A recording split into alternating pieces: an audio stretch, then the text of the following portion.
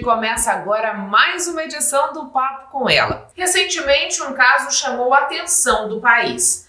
Uma mulher passou a perseguir incessantemente um médico no estado de Minas Gerais, culminando em uma agressão contra a esposa do profissional de saúde. O comportamento dela foi classificado como stalking. A palavra deriva do inglês e significa prática de caça. No Brasil, esse tipo de conduta passou a ser considerada crime em março de 2021.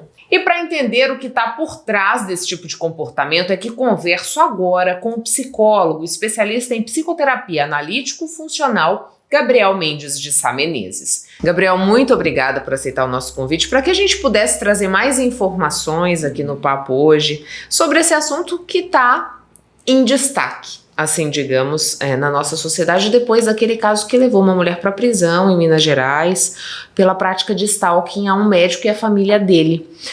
Queria questionar para você assim, existem condições psicológicas pré-estabelecidas que me dizem que uma pessoa pode praticar o stalking? Primeiramente, obrigado pelo convite, Michele. Sobre a questão de haver condições, existem determinados transtornos mentais que podem influenciar e levar à prática do stalking, mas o stalking em si, aquele conjunto de comportamentos, não está necessariamente ligado a alguma condição psicológica. Pessoas sãs, sadias mentalmente, podem muito bem praticar stalking, assim como condições como esquizofrenia paranoide podem levar alguém a praticar stalking também. Então é um conjunto de respostas, vamos dizer assim, que é multifacetado. Pode ou não pode estar relacionado a alguma condição psicológica. Quando eu penso no stalking em si, quais são os fatores que precisam estar presentes para que seja rotulado dessa forma esse comportamento? Então, por exemplo, quando eu sou insistente demais ao receber um não, é uma prática que está configurada dentro do stalking? Que outros elementos precisam estar presentes para eu dizer assim, não, pera, eu estou sendo vítima ou eu estou praticando stalking e eu preciso rever isso nesse momento? Nossa, essa é uma excelente pergunta. O stalking em si é um conjunto de comportamentos. Então, só ser insistente depois de receber um não necessariamente configura a prática de stalking. A gente diz que alguma pessoa está sendo vítima ou está fazendo stalking quando ela forçadamente insere a presença dela na vida de outra pessoa. Então, usando o caso mais recente que passou no Fantástico, a pessoa que fazia 500 ligações em um único dia. Isso configura uma prática de stalking. Você está fazendo a sua presença acontecer na vida de outra pessoa de forma forçada. Quando você persegue uma pessoa nos variados ambientes que ela frequenta durante o dia, local de trabalho, local de lazer, no trajeto da casa para o trabalho, você segue essa pessoa. Então, isso configura a prática de stalking.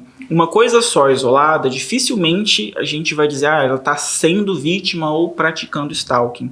Faz sentido? Sim, eu preciso de vários elementos para que essa condição se faça presente. Exatamente, não é uma coisa só. Até porque uma coisa só pode ter uma miríade de fatores que levam àquilo. Agora, o conjunto de coisas, a gente pode olhar e dizer, não, isso é stalking. Então, uma quantidade exacerbada de ligações, de mensagens, mesmo após a pessoa dizer, olha, eu não quero que isso aconteça, porque é muito importante que o consentimento seja quebrado para que a gente diga que está rolando stalking. Mesmo em relações um pouco desiguais, assim, às vezes a pessoa não sabe que está sendo vítima de stalking e ela está tipo, meu Deus, o que está rolando? Se ela não entende o que está rolando, se ela não tem capacidade para enxergar o que está rolando, então ela está sendo vítima de stalking também. Ela está perdida no meio daquele turbilhão de coisas que outra pessoa está fazendo. A gente tem noção do que seja o stalking? Por que eu te pergunto isso, Gabriel? Porque não é raro a gente escutar, por exemplo, pessoas conversando. Isso eu digo porque já aconteceu nas minhas rodas de amizade. Aí, por exemplo, eu estou interessada no Gabriel. Quero saber como é que é a vida dele, se ele é disponível, se ele não é. Aí vou pesquisar a vida dele. E aí, costumeiramente, as pessoas falam assim, vou dar uma stalkeada. Né? Essa coisa de dar uma stalkeada é remetendo ao stalking? Ou as pessoas... Será que as pessoas têm dimensão quando elas fazem essa referência do que é o stalking, por exemplo? Eu acho que as pessoas não têm dimensão do que é o stalking de fato. Porque stalking é, meio que literalmente na tradução, perseguir. Então, quando alguém fala, eu vou stalkear alguém, no sentido de, eu vou procurar sobre essa pessoa, isso não é uma forma de perseguição. Você está indo descobrir informações que são públicas a respeito de alguém que você tem interesse. Agora, se você, sei lá, de alguma forma consegue acesso a um sistema privado, hackeia um computador, entra no sistema da polícia para conseguir informações privilegiadas sobre alguém, aí nós temos a prática de stalking, porque você está procurando invadir a privacidade dessa pessoa. Voltando ao que eu falei, colocar a sua presença de forma forçada na vida daquela pessoa. Então eu não acho que as pessoas tenham noção do que é stalking, até porque no Brasil, por mais que a prática tenha sido criminalizada, tipificada só em 2021, ainda hoje eu acho que as pessoas não sabem que são vítimas de stalking, quando elas são vítimas de stalking, justamente porque não se fala a respeito. E o senso comum, voltando agora um pouco à cultura, a gente confunde a perseguição com demonstração de amor. E eu acho que isso é um erro muito perigoso, porque a perseguição não é uma demonstração de amor, é uma demonstração de posse. Eu estou te perseguindo porque você é meu, e posse não é amor. E a partir do momento que você é meu, eu posso fazer o que eu quiser. Eu posso fazer o que eu quiser. Inclusive atentar contra a vida? Inclusive atentar contra a vida. Não à toa nós temos estatísticas altíssimas de mulheres que são vítimas de maridos que são stalkers. E isso que eu queria te perguntar, Gabriel, a gente conversava um pouquinho antes de começar a nossa conversa efetivamente, e eu te questionava, o que levou o Brasil a tipificar o stalking como crime lá no ano de 2021? Nós tivemos um caso pontual que foi muito emblemático, ou isso vem justamente disso que você está pontuando pra gente, de que culturalmente a gente tem uma predominância dessa perseguição, mas nem se dá conta disso? Então, não existem casos emblemáticos de stalking na história do Brasil, como existe na história de qualquer país. Mas no Brasil, a tipificação do crime, ela foi muito mais o produto de uma luta política do que o resultado de um caso emblemático em si. Nós temos, felizmente, no Brasil, uma cultura muito forte de luta por direitos das mulheres. E a Lei Maria da Penha, ela tem uma série de tipificações de práticas para proteger as mulheres de violência tanto marital quanto perpetrada por outros homens. Mas a prática do stalking em si não estava inserida dentro dessa lei, porque a gente não falava sobre stalking lá nos anos 2000, que foi quando surgiu a Lei Maria da Penha. Então, o que rolava? Muitos homens praticavam stalking, as mulheres tentavam registrar BO, procuravam o poder público por proteção e eram recebidas com uma negativa, porque o poder público não pode agir, o juiz não pode decidir sobre uma coisa que não tem tipificação. Então houve um movimento para a gente inserir a prática do stalking no rol de violências de gênero. Então no Brasil, a lei de stalking, por mais que ela não seja específica para vítimas do gênero feminino, ela foi pensada como uma adição às leis de proteção às mulheres. E aí nós chegamos à tipificação da prática de stalking, para que as mulheres possam, não só as mulheres, mas principalmente as mulheres, possam procurar o poder público por proteção, para que medidas sejam tomadas. Existe um outro produto, assim, digamos, que é uma série que foi disponibilizada no streaming, que fala justamente do stalking, exemplifica isso, num caso até que foi baseado em fatos reais, né, de uma mulher que passa a stalkear um rapaz que ela encontra num bar, e por fim você percebe na série que aquela prática, ela de alguma maneira se conecta com um trauma de infância que aquela mulher sofreu, né? A gente pode dizer que existe uma relação entre o stalker e algum fato traumático que ele possa ter vivenciado? Pode ser que exista. Aí a gente precisa analisar caso por caso. Mas isso não é um padrão? Não é um padrão, de forma alguma. Pode ser que exista, como no caso da série, mas em geral existem outros fatores que são mais predominantes nos casos que a gente tem registrados de stalking. Como, por exemplo? Violência de gênero, a sensação de posse, a predominância de transtornos mentais. Existe um caso, inclusive até relativamente famoso na internet, de uma mulher, ela é conhecida como a menina. A gente não usa o nome dela. E ela é uma stalker, só que ela também tem transtornos mentais, então ela é inofensiva. Ela stalkeia, tipo, personagens públicos, um governador, e ela faz ameaças, enfim, faz um monte de coisa que a gente sabe que não vai rolar. Mas no caso dela, o stalking é meramente fruto de um transtorno mental. Em casos como esse, a gente não quer que uma pessoa dessa vá presa, a gente quer que ela procure tratamento. Você falou pra gente sobre essa questão de ameaçar, né? A gente pode dizer que o stalking, além de ser essa presença forçosa que você pontuou pra gente antes, ele traz outras características como esse pico, assim, digamos, que é ameaçar a vida do outro, que configuram essa prática. Eu queria que a gente pudesse destrinchar um pouquinho mais, Gabriel, se possível, né? O que pode estar relacionado aí como comportamento que vai me trazer ao stalking? O pico, eu acho que seria o atentado à vida da vítima, mas destrinchando uma série de comportamentos, a gente pode começar falando pela tentativa de controle social da vítima. O que isso quer dizer? O stalker, quando ele age por malícia, então aqui a gente não está falando de pessoas com transtorno mental. Quando o stalker age por malícia, ele começa tentando controlar o círculo social da vítima que ele está perseguindo. Em que sentido? Isolando ela da rede de apoio, removendo ela de círculos sociais que ela frequentava, porque quando uma pessoa está isolada socialmente, é muito mais fácil que ela seja manipulada. Ela não tem a quem recorrer. Então, assim, eu acho que a gente começa por esse isolamento social e depois parte para o controle. Então, controlar a mídia social, ter acesso irrestrito a todas as redes sociais, as formas de contato, e-mail, rede social, enfim, para exercer controle, dizer com quem a pessoa pode ou não pode se relacionar, pode ou não pode conversar minimamente. Isso aí a gente já está indo para uma escalada. E aí, depois dessa forma de controle e de controlar a vida social da vítima, a gente chega na manipulação. Porque, veja só, a minha presença forçosa na sua vida, ela vai causar impactos. Então, o que eu faço? Eu manipulo a forma como você enxerga os fatos para que esses impactos sejam reduzidos ou vistos de forma positiva. Então, eu estou em todos os ambientes com você, você só sai comigo. Eu vou te dizer que isso é uma demonstração de amor. Eu não te abandono. Tá vendo como eu estou com você, independente do que aconteça? E, de repente, eu vou transformando a forma como essa vítima está enxergando a própria realidade, ao ponto onde ela não percebe mais o que está rolando.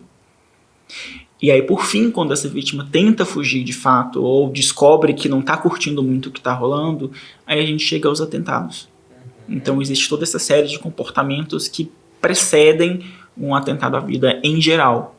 Existe uma tentativa nesse caminho também de tentar desqualificar a vítima, no sentido de trazer informações contra ela ou tentar fazer com que ela se sinta ridicularizada. Isso eu estou te questionando justamente pelo que eu pude acompanhar da série, né? Chega num momento assim que eles estão envolvidos e ele diz a ela: olha, não é isso, acho que você me interpretou mal, e ela passa a ridicularizá-lo e a atacá-lo verbalmente para as pessoas que são do entorno dele, né? Tem essa característica também? Nossa, tem demais. Inclusive, esse é um dos aspectos mais interessantes, tanto da série quanto do fenômeno de ser vítima de stalking, que é o que a gente chama de vítima ideal.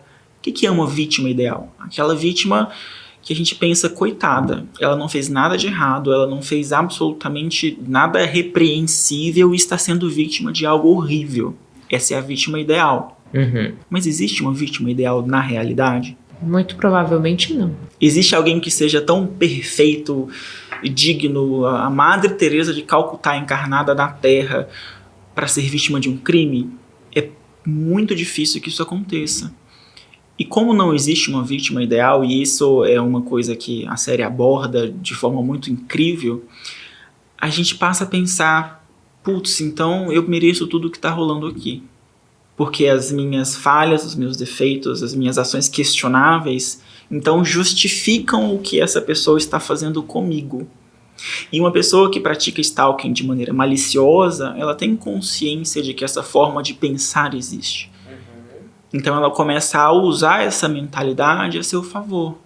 Que também não deixa de ser uma forma de manipulação, né? É uma forma de violência, inclusive, de violência psicológica. Sim. E isso distorce completamente a visão que a pessoa tem de si mesma. No caso da série, inclusive o ator principal é justamente a pessoa que foi vítima da Marta, ela passa a usar a própria sexualidade dele contra ele. Olha só, você não é homem o bastante porque você não quer a mim. Se você fosse homem o bastante, você iria querer estar comigo porque sou uma mulher. Então você não é hétero, você não é o machão.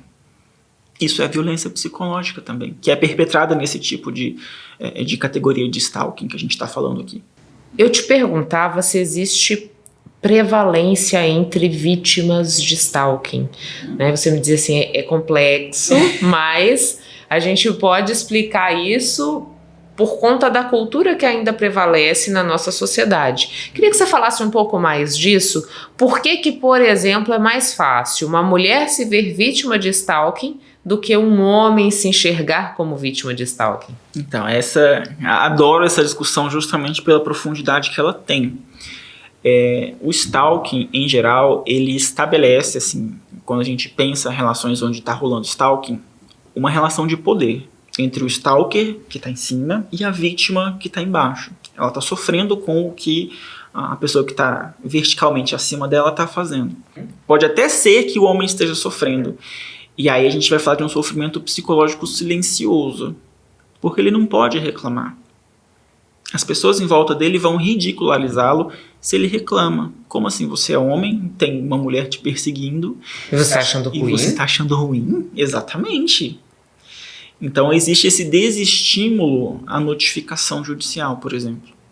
E é por isso que nós temos mulheres notificando muito mais, pedindo mais ajuda do poder público do que homens. Para a gente finalizar, Gabriel, queria que nesse frigir de tudo que a gente conversou, você direcionasse as pessoas que estão assistindo a gente para dizer assim, olha, acenda o seu sinal de alerta quando acontecer isso, busque auxílio, denuncie, né? Para que as pessoas tenham muito claro, como a gente está falando, os homens têm mais dificuldade, as mulheres acabam sendo, de alguma forma, julgadas quando vão levar esse caso ao conhecimento das autoridades. Então, assim, que a gente saiba mais ou menos como que a gente deve se portar quando se vê enredado numa situação dessa. A coisa primordial primeiro busca a sua rede de apoio, porque uma vítima de stalking, ela é retirada da sua rede de apoio. Então, procure reestabelecer essa rede de apoio. Amigos, parentes, pessoas de confiança para você. Se você se vê sendo vítima de um stalker, procure essas pessoas. Segunda coisa busque o poder público. Nós temos delegacias especializadas hoje em dia que podem ajudar. Em Cuiabá, pelo menos, nós temos a Patrulha da Penha, que inclusive é comandada por uma coronel mulher. Ela pode ajudar nesses casos. A Defensoria Pública tem o Núcleo de Defesa dos Direitos da Mulher, o NUDEM, e ela pode ajudar nesses casos. O Ministério Público tem as suas comissões especializadas em violência de gênero, que também atuam nesses casos. No caso de homens que queiram denunciar, busquem as delegacias especializadas em violência. Eles vão te ajudar. O mais importante é não sofrer sozinho, é não guardar para si e pensar que você merece o que está rolando. Porque isso é exatamente o que vai garantir que você permaneça naquela posição. E é exatamente isso que a pessoa que está provendo essa violência contra você quer que aconteça. Então, não ficar calado é a melhor coisa que você pode fazer por você se você quer sair dessa posição. Por mais difícil que seja. Esse é o principal caminho. A gente pode dizer assim, qual é o impacto para uma pessoa que passou pelo stalking, né? De que maneira isso abala por exemplo, o psicológico dessa pessoa e quão difícil é se restabelecer depois de se ver enredado numa situação dessa? Os impactos são incontáveis, porque quando uma pessoa ela é vítima de stalking, em especial por uma relação já estabelecida, então eu me relacionei com o meu stalker antes de descobrir o que ele faria comigo, é muito difícil para mim, depois de superar essa situação, estabelecer vínculos verdadeiros em outras relações, porque isso requer confiança, requer respeito mútuo, requer um monte de coisas que foram quebradas na minha relação anterior e que eu aprendi que representam um perigo para mim. Então, como eu vou me relacionar profundamente e genuinamente com outras pessoas se eu aprendi que essas coisas são sinais de alerta para mim? Então, é um trabalho de anos aí para que a gente desassocie esses elementos que são importantes em qualquer relação genuína dos sinais de alerta que vieram da relação anterior com o stalker. Acho que esse é o principal dano que esse tipo de relação causa a alguém. Para além do óbvio, né, que são as situações de ansiedade generalizada em qualquer espaço onde você acha que pode estar exposta ou exposto ao seu stalker. É muito comum em vítimas de stalking a gente perceber que eles desenvolvem transtornos generalizados de ansiedade. Porque a mera ideia de estar em um ambiente aberto, por exemplo, causa pânico. Essa pessoa pode estar me perseguindo aqui e eu não tenho como me esconder aqui. Então esses são os principais sinais assim, que a gente tenta superar no pós essa relação. Muito obrigada pelas informações. Eu que agradeço. A gente vai a um breve intervalo comercial e volta já. Não saia daí.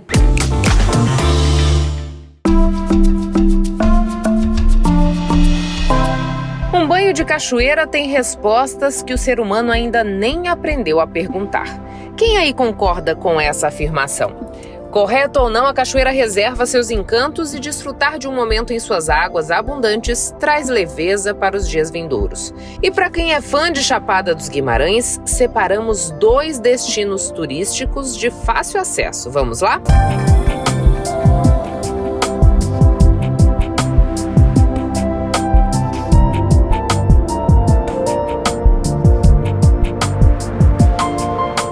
Nossa primeira parada é a Cachoeira do Marimbondo. Distante cerca de 6 quilômetros do centro de Chapada dos Guimarães, o local está aberto ao público há cerca de 12 anos. Antes de chegar até o rio, a trilha é curta, 300 metros, o que torna o atrativo bastante acessível. O turista tem a possibilidade de observar no caminho um paredão com uma pequena queda d'água, um visual de encher os olhos. Nessa época, a pessoa costuma até beber essa água aqui, né?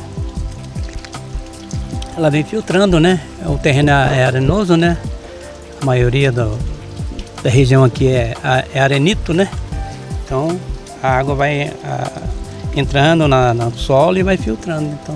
Estar na Cachoeira do Marimbondo permite uma experiência sensorial. Ao parar em frente à queda d'água de 25 metros, é possível sentir o vento gerado pelo deslocamento da água na descida.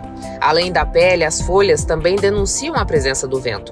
O local mais fundo do atrativo tem aproximadamente 2 metros de profundidade e a temperatura da água é de 26 graus, ideal para espantar o calor.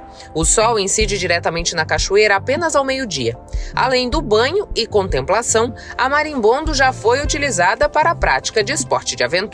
Antigamente o pessoal praticava rapel aqui, Acho que é uma das poucas que permite a prática de rapel na Chapada por ser a rocha de arenito, frágil, E aqui acho que eles amarravam as cordas aqui nas árvores aí para apoio, O atrativo turístico está aberto todos os dias da semana, das 8 da manhã às 5 da tarde. O destino é bastante requisitado por famílias. A cachoeira está próxima à nascente do rio, o que reduz significativamente o risco de tromba d'água no período chuvoso e garante maior pureza da água. A Cachoeira do Marimbondo leva esse nome porque a época em que começou a ser explorada turisticamente, há mais de 10 anos, o local era repleto dos animaizinhos. Mas olha, não precisa ficar preocupado.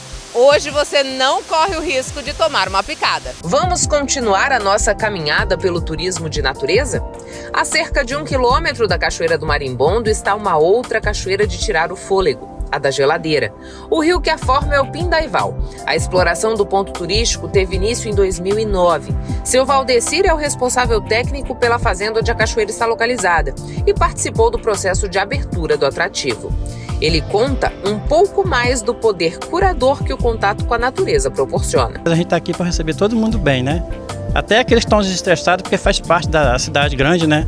Então faz parte. Aí chega aqui nessa natureza aqui, tudo calminho, tudo tranquilo. Aí sai daqui uma beleza. Ao todo, a propriedade conta com 7 cachoeiras, mas apenas a da Geladeira é explorada comercialmente. A caminhada para chegar ao ponto desejado é de 600 metros e leva cerca de 15 minutos. É considerado uma trilha de difícil acesso e indicada para quem gosta de aventura. A gente costuma até brincar com os turistas que são 600 metros para ir, 2 quilômetros para voltar.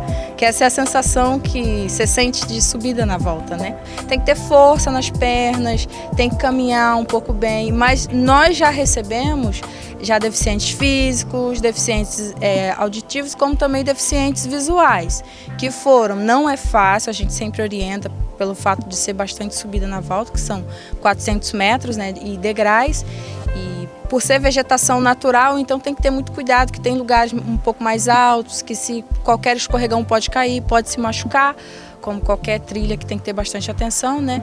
Então a gente sempre orienta na entrada, na chegada, que requer uma atenção maior e tempo. Tem que vir com tempo, tranquilidade, até mesmo para aproveitar o lugar. A cachoeira tem 22 metros de queda e 5 metros de profundidade. Foi batizada de Geladeira pela sensação que o corpo experimenta ao mergulhar. Como a caminhada exige, o corpo fica quente e sente a água ainda mais fria ao adentrar no rio. Dizem que tem a Cachoeira do Friso mais gelada que essa aqui, na mesma região aqui, né?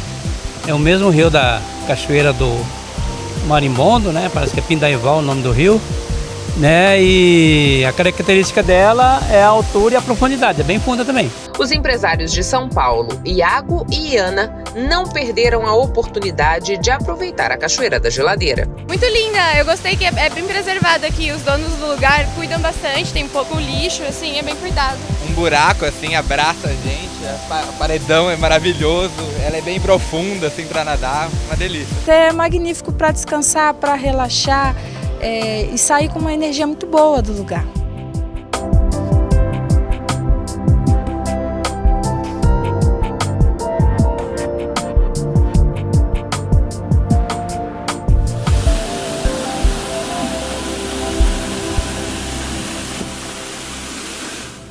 Você sabe que estamos nos aproximando da época em que as queimadas aumentam, não é mesmo? Por isso, o governo de Mato Grosso intensificou o trabalho e está preparado para combater o fogo em todo o estado, por meio das forças militares e do monitoramento via satélite do nosso território. Mas precisamos da sua ajuda, porque incêndio florestal também é sua responsabilidade. E você já sabe o que fazer. Não queime lixo e entulhos, não jogue cigarros acesos em acostamentos e não use fogo para limpar pastos e plantações. E só para lembrar, o período proibitivo do uso do fogo mudou, é isso mesmo. Na região do Cerrado e da Amazônia, vai de 1º de julho a 30 de novembro e no Pantanal, de 17 de junho a 31 de dezembro. Faça sua parte, não provoque queimadas. E se presenciar algum foco de incêndio, denuncie. Ligue 193. Esse é um recado do governo de Mato Grosso. Intervalo e a gente volta já já.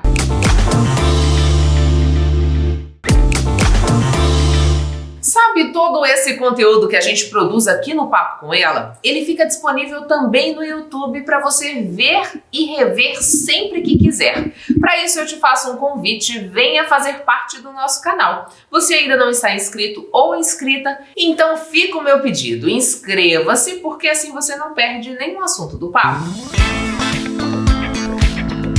O avanço tecnológico traz consigo um problema que vai parar na área da saúde, o sedentarismo. O público infantil tem sido vítima dessa condição, desenvolvendo cada vez mais cedo casos de hipertensão, diabetes e obesidade. O sedentarismo infantil tem se manifestado nos dias de hoje com um aumento na incidência de doenças cada vez mais precoces na população, como a hipertensão, diabetes e demais doenças relacionadas ao estilo de vida, além do aumento de obesidade na população infantil e de adolescentes. O estilo de vida nos últimos tempos, que chamamos de ocidentalização, foi direcionado esse investimento relacionado à tecnologia e aí acesso a telas, imagens e dispositivos que acabam fazendo com que a criança não tenha um gasto calórico, é um dos maiores contribuidores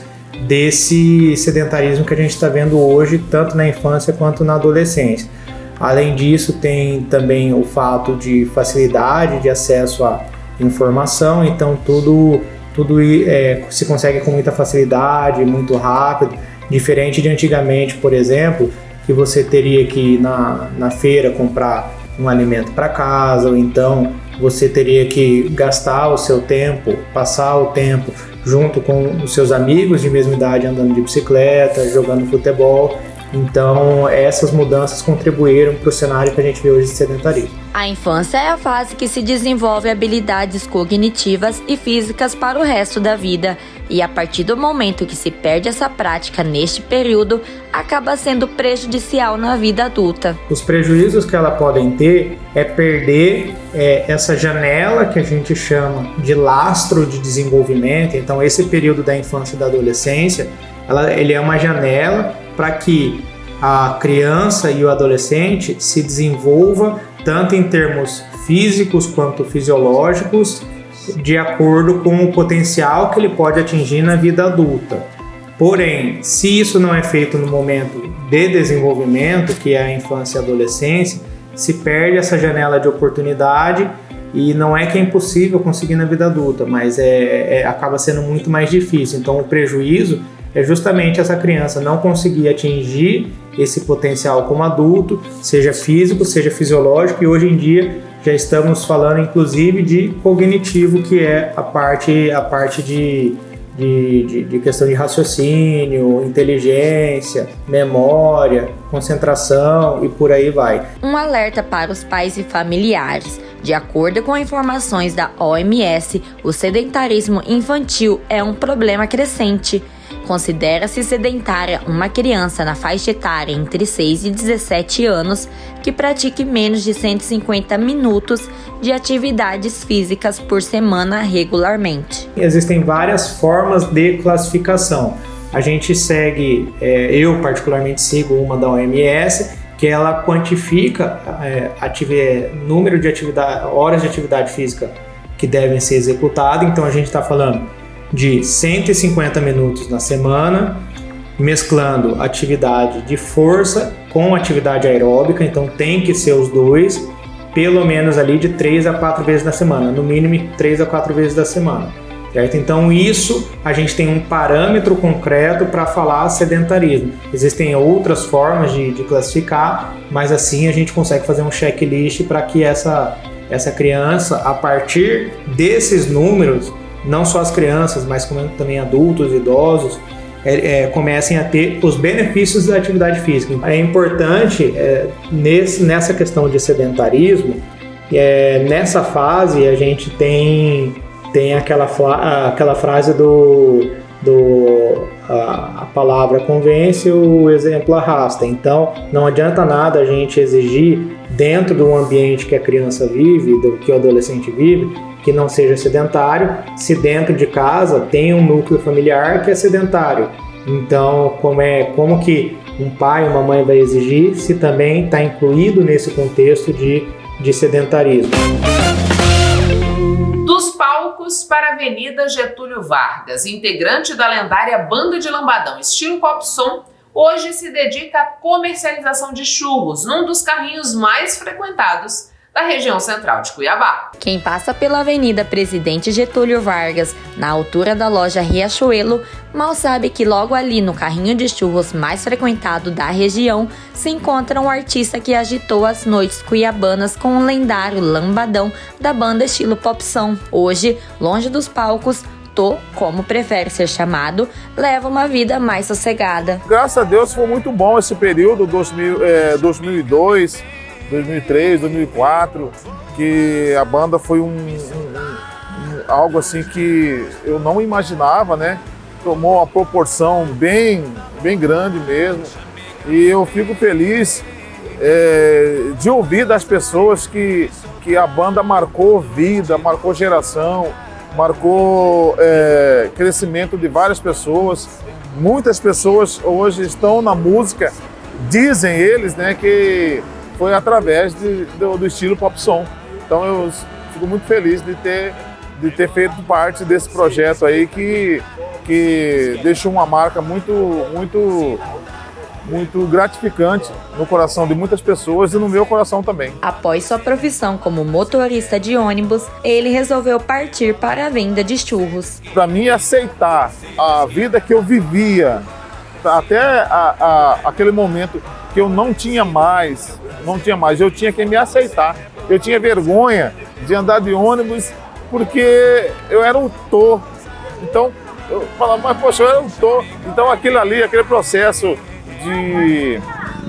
para mim me aceitar a forma que eu estava no momento. Eu já não era mais o Tô, eu era apenas o José que deu origem ao Tô. Então, aí foi muito difícil. Aí, daí para lá eu passei por banda dos amigos, né, me ajudou um pouco. Eu sou grato ao Cecílio pela oportunidade que ele me deu. Depois disso, eu fui para Banda Sensação, aí eu fui para Mega Som, e aí até chegar ao Banda Elos, que foi a minha última banda, assim, né? Até eu desisti mesmo. Mas não foi fácil, falar para você, até eu chegar aqui no carrinho aqui, foi um processo muito doloroso. Apesar da saudade e do orgulho de ter feito parte desta época de ouro do Lambadão, Tô ainda é reconhecido pelos fãs que o param na rua para cumprimentá-lo, tirar foto e até mesmo cantar trechos das músicas que fizeram sucesso. Então, aqui, como você vê, centro, né? O centro de tudo. Então, aqui é onde as pessoas se encontram, né? De todos os lugares de Cuiabá, de Mato Grosso. Então, com certeza, quando se encontram essas pessoas, eles me reconhecem. Eles sempre estão lembrando de alguma coisa, pedem para me fazer uma palhinha, né? A foto é inevitável. Todo momento tem pessoas que reconhecem e vêm aqui tirar foto, vêm pedir para a gente fazer uma palhinha. Então eu sou grato hoje, eu sou feliz hoje com o que tenho no momento. Eu só tenho a agradecer mesmo por tudo que foi a banda, tudo que ele me trouxe, né? O reconhecimento que ele me trouxe. E hoje eu sou grato por essas pessoas virem aqui, né? E ter a oportunidade, né? De conhecer essas pessoas que antes eu não tinha essa oportunidade de conhecer, né, sempre nos palcos ou geralmente você não consegue ver todo mundo. E hoje você vê muitas pessoas que passam por aqui que eu acompanhava você em todos os momentos, mas assim, para mim lembrar dela é difícil. Mas hoje ela consegue chegar aqui, a gente conversa, a gente troca figurinhas e é muito gratificante isso. Pesquisa realizada pelo Sebrae Mato Grosso mostra que 46% dos pequenos negócios do estado praticam ações sustentáveis, seguindo o que recomenda o ESG, conjunto de critérios que avalia o desempenho das empresas em relação à sustentabilidade, governança e responsabilidade social. Cecília Viveiros é engenheira química e desenvolve sabonetes, hidratantes, shampoos, óleos, entre vários outros produtos naturais, veganos e hipoalergênicos de forma artesanal, trabalhando com a sustentabilidade. Sou engenheira química, criei a Natureza Raiz Cosméticos Naturais, veganos, e tudo começou por conta de um problema meu. Comecei a suar muito nas axilas, por conta da carga emocional da faculdade, e aí comecei a pesquisar artigo científico, desenvolvi o desodorante, comecei a usar, deu super certo. Depois de um tempo veio o meu TCC e o tema foi sobre o desenvolvimento de cosméticos naturais e eu apresentei a formulação tanto do desodorante quanto do shampoo sólido, que eu já estava super envolvida com esse tema. E aí fiz um kit para os professores, para eles conhecerem o nosso trabalho, gostaram muito, deram um feedback na hora da apresentação, inclusive, e isso impulsionou para que eu começasse a empreender na área da cosmetologia natural. E os extratos, vários dos extratos, vêm de extrativismo sustentável e rastreável da Amazônia. Nós trabalhamos com bioativos amazônicos, então a gente incentiva a preservação da floresta em pé. Nós temos, na verdade, o selo Eu Reciclo, que é um selo de compensação ambiental.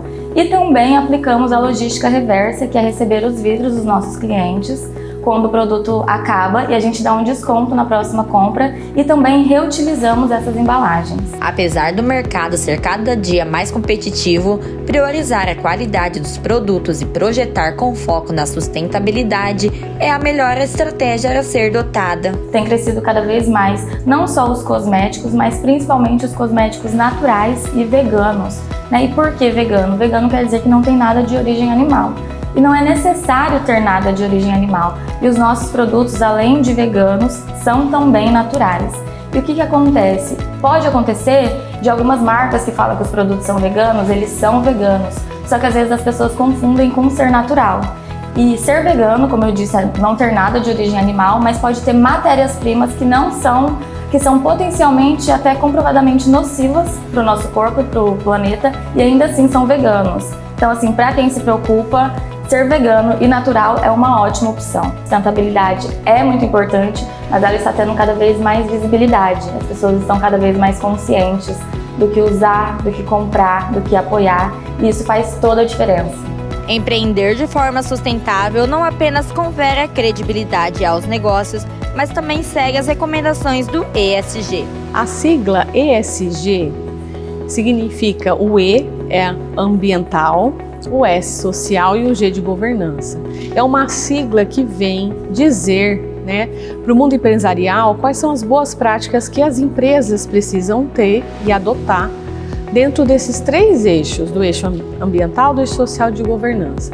O ESG ele surgiu para incentivar que as empresas apliquem essas boas práticas, estimulando a melhoria da gestão e melhorando a perenidade do negócio, porque ela trabalha na gestão de risco. O ESG ele veio muito com esse escopo, trabalhar práticas de sustentabilidade que agreguem valor ao negócio, melhorando sua gestão e sua responsabilidade no E, no S e no G, no ambiental, no social e de governança, e com isso ressignifica todo o seu modelo de gestão, o seu posicionamento de mercado, contribuindo para que essa empresa seja madura no seu processo e também tenha perenidade, porque ela reduz riscos quando aplica as boas práticas. Nosso tempo juntos chegou ao fim. Eu agradeço a você que ficou comigo até agora. É sempre uma honra poder contar com a sua companhia. Mas antes de ir embora, eu vou te fazer um pedido. Siga o Papo com Ela no Instagram, no Facebook e se inscreva no nosso canal no YouTube. Tenha um excelente fim de semana. A gente volta sexta que vem trazendo muito mais informação para você. E eu espero contar mais uma vez com a sua companhia. Um beijo e até lá!